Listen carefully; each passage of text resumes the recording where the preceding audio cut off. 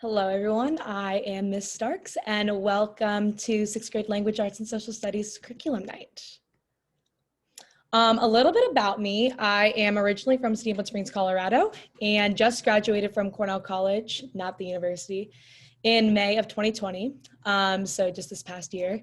And I have a bachelor's in special studies and social studies education, which is sociology and secondary education combined. And so I am a first year teacher and am going to be learning alongside of your students.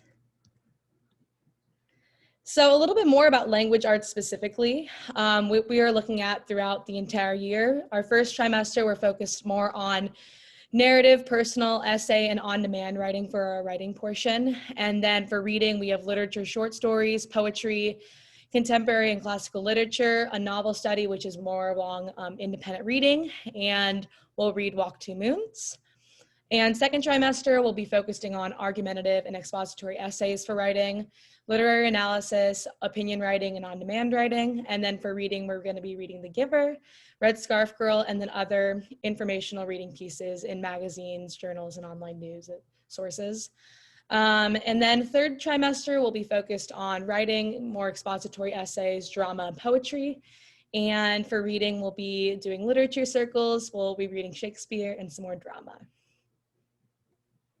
Our objectives for language arts are to write, narrate, and inform, argue with a focus on idea structure and conventions. We'll examine complex texts, literature, and prepare us hopefully for the future.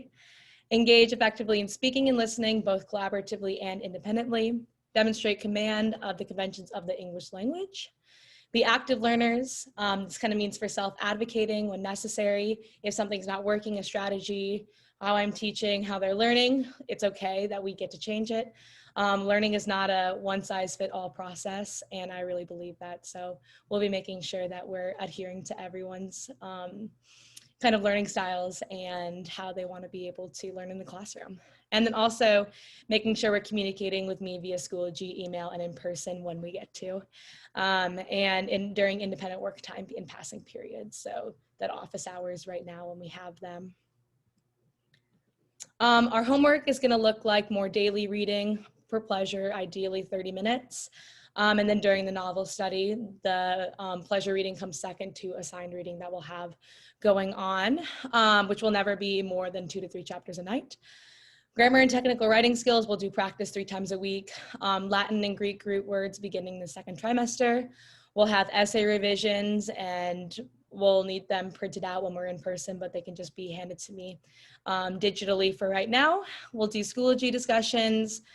If we need to have something done in class and then done at home, we'll also have homework and things like that as well. And the continuation of classwork is more time is needed than the school day provides. Classwork encourages conversations at home. So I hope that you work with your students to enrich new learning and connections while you're at home. Going back and out into social studies, we have our first trimester looking at archaeology, fossils and artifacts, our origins of cultures and civilizations, which we're just getting into now, and also early civilizations, map skills, and geography. And then our second trimester, we're really focused on early African civilizations, American civilizations, and doing kind of this idea of project-based learning, so doing a lot of projects in order to learn the content. And third trimester, we'll be doing Empires of Asia, lots of web quests and festival type projects, Rise of Rome and the Roman Empire, Greek Olympic Games, map skills, inquiry circles, and then again with that project-based learning. Objectives for social studies are gain understandings that geography and ancient civilizations teach us about ourselves and the world, learn how humans adapted to their environment, understand how availability or scarcity of resources affect cultural development, recognize how systems of power, authority, and governance establish order then and now, so in the past and in the present. Determine the significant contributions made during ancient times that advanced science and technology, as well as the arts. Engage in discussions and debates that clarify and address multiple viewpoints on public issues in the past and also today, and learn the whys, hows, and whats of history, and develop a real sense of inquiry and questioning about the world. Homework will look at lesson and chapter readings, which will be always available on Schoology. We have an online textbook, but our textbooks generally say at school. We have a classroom set for that. And then readings, current research and new findings, which will be sporadically assigned throughout each project that we do. And we'll have some long-term projects, some web quests, maybe some oral presentations that will be done mostly in class, but occasionally at home as well.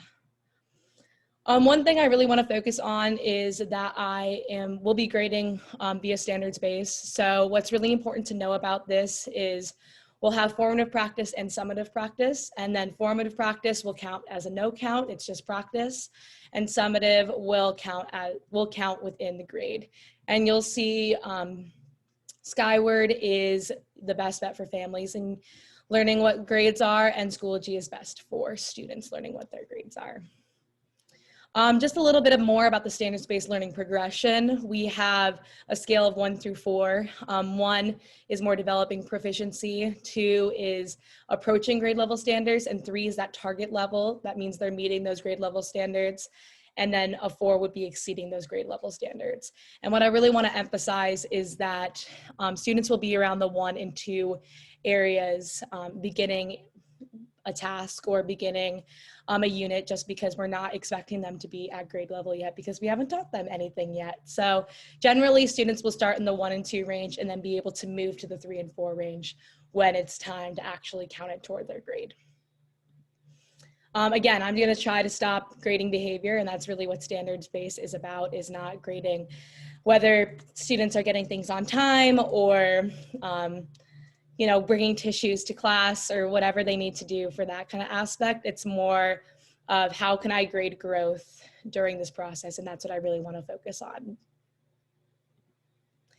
Some instructional strategies I do to do this and to make class more engaging and interesting are instead of just lecturing and talking to you like I am now, which I rarely do in class, it's more of I'll have students respond in the chat. They'll do like chat bombings where they just go in and answer a question that way. We'll do polls and how, you know, students think about different things. I'll add links in where they go out of Zoom and read something really quickly and come back to respond. We'll do breakout rooms all the time, if not like twice in one Zoom, where students get to work collaboratively with other students, which is something that I really believe in, that collaboration can spark a lot of thinking and growth. We'll do videos and web quests and discussions, and it's hardly ever me just sitting in front of the class on the laptop talking about something. It's a lot of interaction, and it's a lot of moving around, and hopefully a lot of learning. Really important for navigating school is my Schoology page. And while Schoology can be really confusing, I try to break it down in as simple as possible. So we'll have WAGs, which are week at a glances, which is a constantly evolving document, but it basically will lay out what we do during each Zoom meeting, as well as have the Zoom links on top of it. And the Zoom link access, you can get the different links. We'll have different links for Monday than we will on the other classes, so Tuesday and Thursday and Wednesday and Fridays. I strongly advise that you copy it down somewhere in the Google Calendar when Schoology fails, because it will fail, it has in the past. I also have an updates page, and this is where you can get all of those things. So you can get my Monday link, Tuesday and Thursday, as well as Wednesday and Friday for my different periods. So periods 1 and 2 and 4 and 5. And then I'll always have the week at a glance post up there, as well as a school schedule and my office hours Zoom link. The materials tab is a black folder for really important resources that students will always have access to. And then their white folder is the homework for that week, and it should say homework for September 21st through September 25th, and there'll be homework only for that week. And then there will be a colorful folder with materials for in-class work that we are doing, and that again will constantly be evolving, and we'll be posting things on there on a regular basis. Key skills for success in students: checking Schoology often, that's definitely a big one. Preparing well for class, actually doing the work. Writing clear, concise, accurate informational paragraphs. Striving for quality on projects. Participating and actively listening in class discussions. stretching their learning and diving deep into topics when more than what's really expected of them. And that's huge in high cap specifically. And reflecting on their learning in general, and also communicating their individual needs and advocating for themselves. I want to emphasize that we're all in the same boat here. We're all doing online learning, but we are experiencing some different storms. Each of our situations and individual situations are different. This is an unprecedented time, but we will see it through together. And I think it's really important that students and families communicate with me. Things come up, classes and assignments are missed, and that's totally reasonable during a time like this. And so to make things up, students can message me on Schoology or email me to get in contact. I prefer this communication to be on the student's end, as it helps develop self-advocacy in students, but I definitely understand when communication is urgent and parents or guardians need to step in as well. But I know that was a lot of information. Feel free to go back through the video or email me. My email is brittany.starks@mercerislandschools.org if you have any questions. But thanks for coming to 6th grade Language Arts and Social Studies. See you guys soon.